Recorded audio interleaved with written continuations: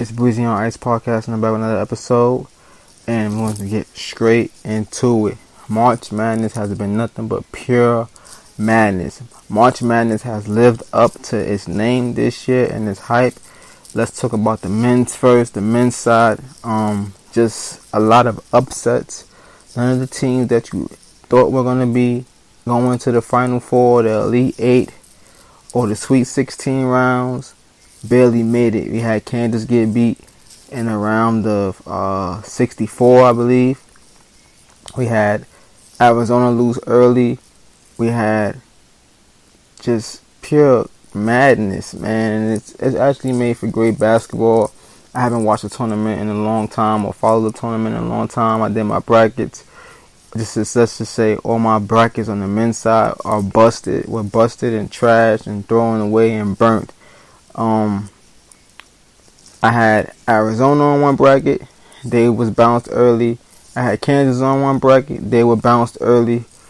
Then I had a second chance. They had a second chance turning of brackets.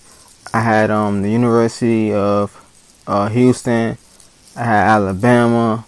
I had Tennessee, and I believe I also might have had either UCLA on one number or Gonzaga. I think it was UCLA, and all those teams lost in that same round. It was real head scratching. We had got tonight we had San Diego State, and we had UConn, and I know I didn't have UConn going that far on the men's team at all. I know the men's team hasn't been good since its last legitimate run and title that was won was when Kemba Walker was playing there, and that had to be about maybe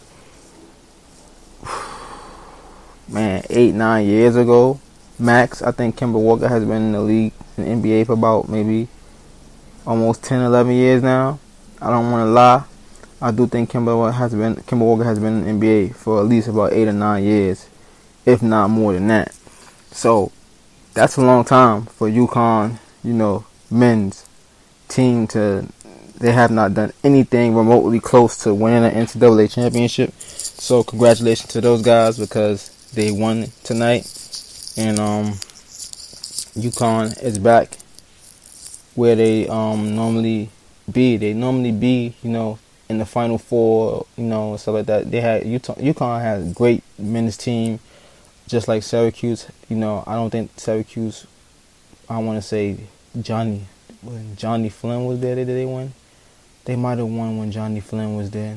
I believe Johnny Flynn went to Syracuse.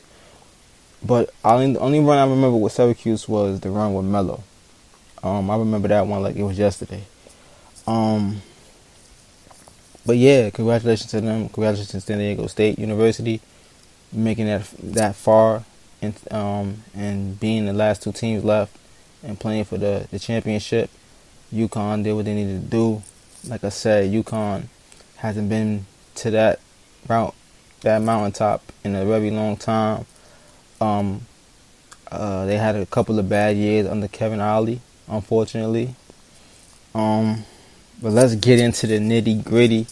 The women's side, the most exciting side, I would have to say the most exciting tournament was the women's tournament.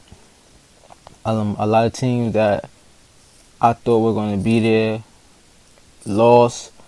I had a couple of brackets, on that side also. I had 2 brackets with LSU.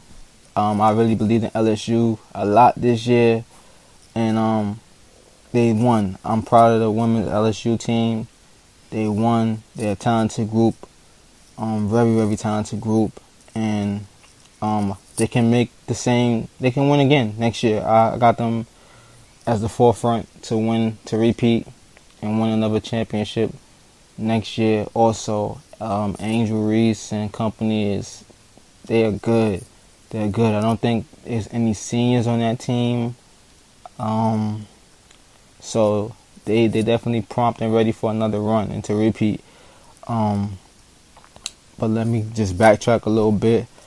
I had North Carolina on one. I had South Carolina on two brackets, and I had UConn on a bracket.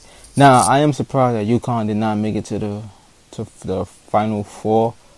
That was rather surprising. They lost early on they lost early in my opinion, but on my other brackets I did have them losing about that point before the Final Four. So Gino's great, man. Gino's a great coach. Got a lot of young prospects coming in into the college game.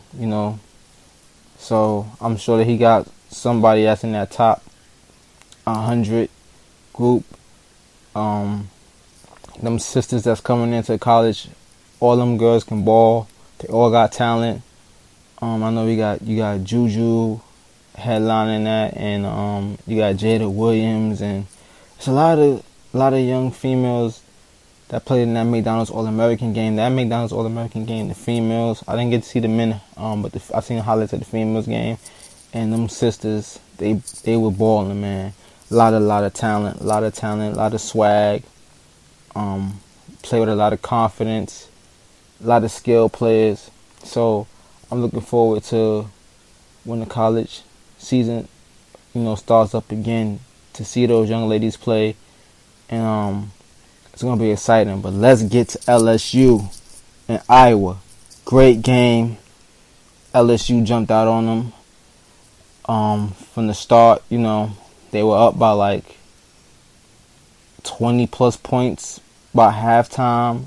I believe it was 21, and Iowa cut it into the lead. They got it down to I think they got it down to 8, and then they got it down to 7, and then LSU ramped it up again. Very competitive. Caitlin Clark, the girl can play basketball. She has a great jump shot.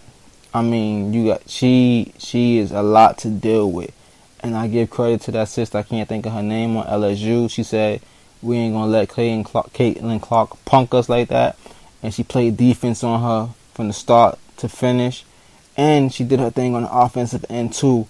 And the sister that played great early on in the game, hitting 5 3-pointers early. Them sisters played, and Angel Reese, she did what she normally do. She got into foul trouble early, but 15, I believe she had 15 and 10 or 18 and 10, something like that. Double almost every game, a double except for one game. So shows how talented she is. She gets a lot of offensive rebounds.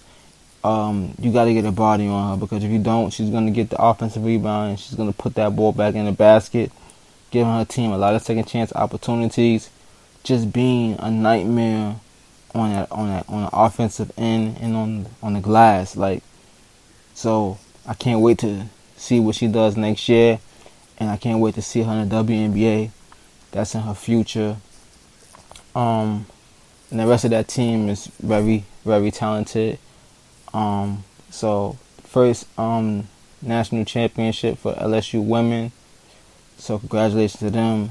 It deserve all the props in the world. I have no issue with Angel Reese taunting Caitlin Clark. Caitlin Clark was taunting South Carolina after Iowa beat them. So it was just due. It's basketball. There's a lot of trash talking involved. It's a part of the game, man. I'll take no offense to it. There's always an issue when we do something that seems like it, but everybody's like, oh, it's classless and all this other shit. No, it's not. It's basketball. It's competitive. It's trash talking. It's all a part of the game. It's all a part of the game. And if you're able to live in somebody's head for rent free, then do it. So I have no issue with it. She's a gamer. She's a baller. She talk trash. She can back it up. Just like Caitlin Clark talk trash. She can back it up. She came up short. She lost. That's that. She has another year under her belt to play. Like I said, she She was amazing in the tournament. I believe she had a couple of 40-point games. I believe she had a triple-double in one of them games. She's been phenomenal in her tournament run. It's just that LSU was the better team that they ran into. In my opinion, Iowa probably should not have beaten South Carolina, but hey, the chips fell where they made. That's the way the cookie crumbled. It came down to LSU and Iowa. I do believe it would have been more exciting to see South Carolina and LSU, even though LSU was a team that I picked to win from the beginning. You know, even though I did a couple of different brackets with, certain teams, but LSU was a team I was rolling with. I had that pick in early. I even had it on my ticket. I think I messed up with that by putting Arizona to win for the men on my ticket. But nevertheless, LSU was a team I had from the beginning, and it's a team that, that won, and I wanted to win, and congratulations to them. And I'm glad that Simone Augustus was in attendance. She did a lot for that program. She basically built that program, and she got to witness that program win a championship. She has a statue outside of LSU, and it's a beautiful thing that she was there to witness that championship and be there in that moment. I know she's proud, and I'm proud of LSU. Angel Reese, keep balling the way you ball. Keep your confidence up. Talk your ish, and keep doing it. And that ring is coming. The ring is coming to you soon. And I believe you guys will have another one next year too. Baseball season starts, so I'm hyped for that. My Mets lost today. Yankees won today. A lot of baseball still going on. So it's feeling a lot like spring is coming around. It's feeling like spring now. Going into the summer. Got the baseball popping off. So got that to cover. What else? Oh, AJ had a fight this past weekend. A lot of people saying he's done. I don't know. Yeah, I don't know if he's finished or not. Hard to say. I had to see him fight again. Derrick James is looking good. I mean, he's really pumping the jab. But I think AJ was admiring his work against Franklin too much. And I think AJ could have got him out of there. I do think he had Franklin hurt a couple of times. He just didn't capitalize on it. His stamina was good. So that was good to see. But I do think AJ's sitting on that fence of, is he still elite or is he not elite? So he's somewhere in the middle. Like I said, I would have to see him fight one more opponent. And if he looks the same way that he looked against Franklin, then I would say AJ's on decline. But I won't say that just yet. I won't throw that verdict out there on him. I do think some of the killer instinct was kind of gone. But again, like I said, this is his first fight under Derrick James, so we're going to see how he looks. I will not put him in the ring with Tyson Fury yet. Then again, if Tyson Fury does take that fight, AJ may get up for that fight, and we may see that killer Anthony Joshua that we normally seen. But I don't know. As of right now, I would keep him away from Fury, Wilder, and hate to say even Joe Joyce at this point. I would keep him away from those guys.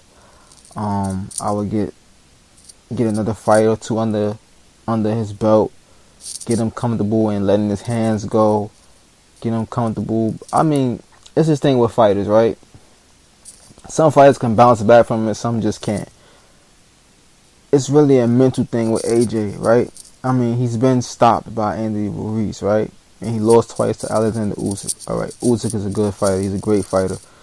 Don't hold nothing against him, but that that one knockout that he had, that he suffered to the hands of Andy Ruiz, has really rattled his cage.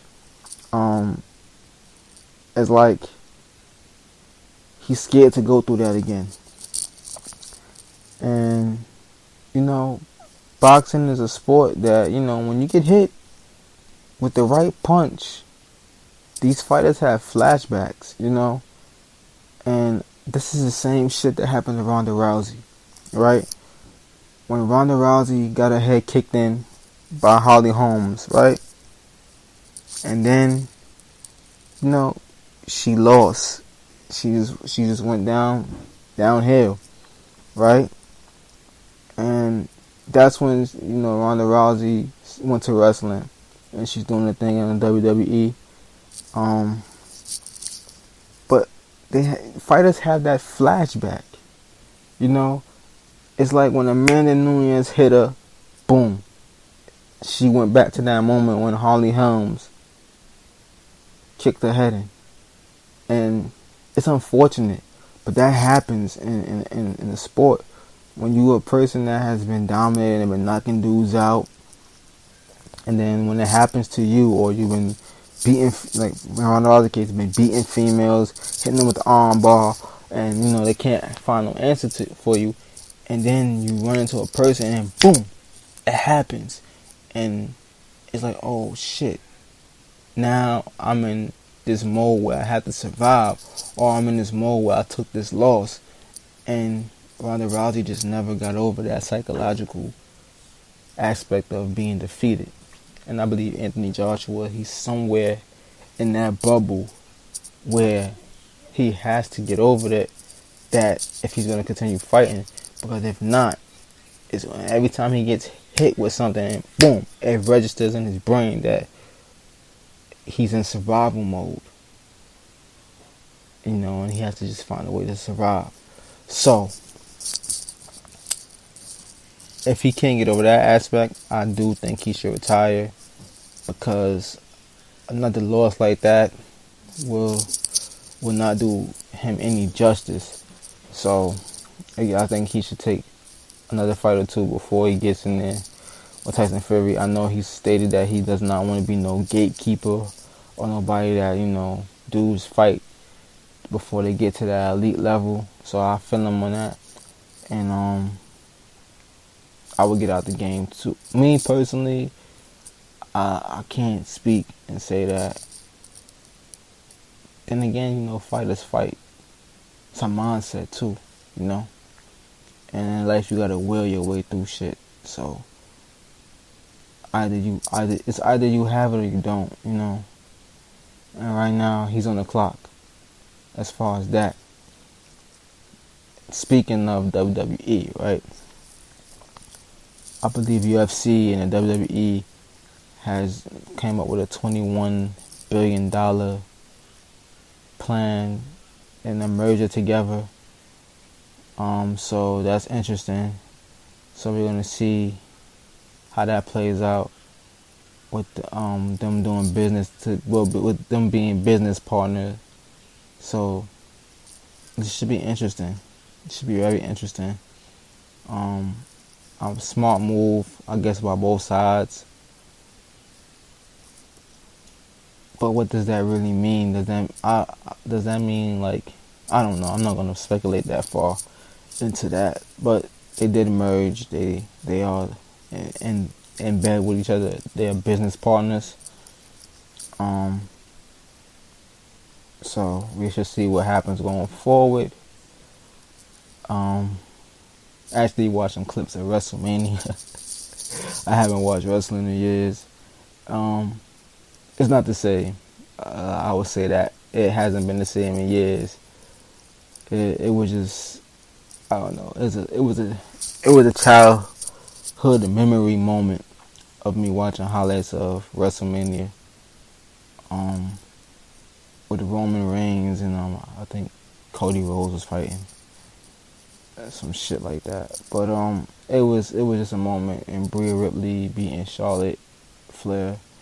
It was just a little moment. I had a kid kid flashback. The young Aubrey in me sat there and watched some highlights on YouTube of WWE.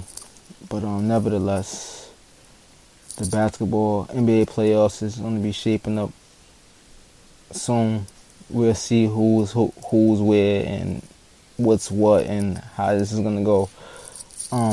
As of right now, we know LeBron and them had some played their way into the 8th spot, I want to say. They played their way into the 8th spot.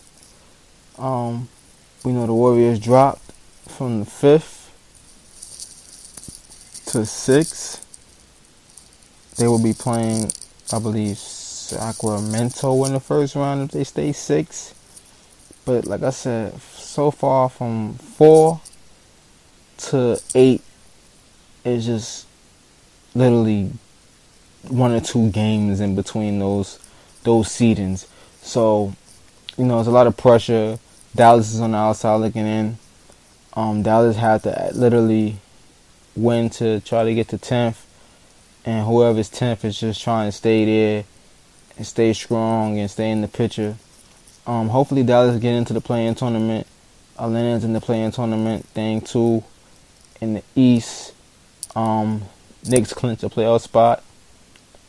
So it will. When the playoffs start, I believe it's going to be Cleveland and Knicks. That's going to be a good series. And Julius Randle's on the clock. He's on the clock ultimately. He does have help in Jalen Brunson. We got to see how R.J. Barrett looks. And Josh Hart, who's been playing pretty well for the Knicks. We got to see how he looks. But that's going to be an entertaining series. I think Donovan Mitchell is too much for the Knicks. I think it's going to be a good 6-game series. Maybe 7, but I think it's going to be 6. I feel like it give you a Game 7 atmosphere in 6 games. Cleveland take care of business. Donovan Mitchell just will be too much for the Knicks to handle unless Jalen Brunson and Julius Randle really take over that series. Really take it over and quickly does what he does for the Knicks. Then they can surprise the Cleveland Cavaliers. But I would not bet the house on it at all. Hell, it'll probably be a good 5-game series because I just don't believe Julius Randle is going to show up enough for the Knicks to be super competitive against the Cleveland Cavaliers. I like that team. That's a Black Horse team right there. They're really good. I like the backcourt. I believe they're not getting as much credit as they should get as a whole. Jared Allen does what he does defensively and grab rebounds. I like that team. That team is a good team. They could beat anybody on any night. But again, this is dark horse in the East right there. The Cavaliers. The Celtics, I believe, is the favorite to come out. But hopefully James Harden and Joel Embiid and the Sixers have something to say about that. That would be nice to see Philly in the Eastern Conference Finals. I want to say it's going to be Philly, Boston in the Eastern Conference Finals. I believe that would be a good one. But the way Jason Tatum and Jaylen Brown play, when they really got it rolling, them guys are a lot to deal with. A lot to deal with. But I believe the Celtics is going to come out the East again. I hate to say it, but I think there's a possibility that they come out the East. It's a strong possibility. I'm gonna roll my Sixers, but I'm gonna say it's gonna be Boston. That hurts to say, but I think it's gonna be Boston. And the West, I have no fucking clue what's coming out the West. The Warriors could surprise us. Andrew Wiggins is coming back this week. So with Wiggs coming back, everything can fall into place. I know they haven't been the best team on the road, but I think with Andrew Wiggins and Draymond Green in place, you know, they become the road warriors. And when they become the road warriors, they are a dangerous team. I know Kevin Durant is in Phoenix, but you know, Kevin Durant and Phoenix, we're gonna see what they have to say. The only problem with that is they bench. To me, they bench is not good enough. Like Terrence Ross, he can get hot. T.J. Warren is good. I believe Shamit is on that team coming off the bench. Damian Lee also, he can shoot the three. I could see they still had Jay Crowder in the mix. Jay Crowder was a big pickup for the Milwaukee Bucks, but I don't know. I'm not sold on Milwaukee. I'm not sold on them. I don't know, but we shall see. That's why we play the game. Like, comment, subscribe. Peace and love as always. Back to me being consistent. Subscribe. Like, comment. Gonna be back tomorrow, well, later today. Consistency is key. So now it's back to the being consistent. Peace and love.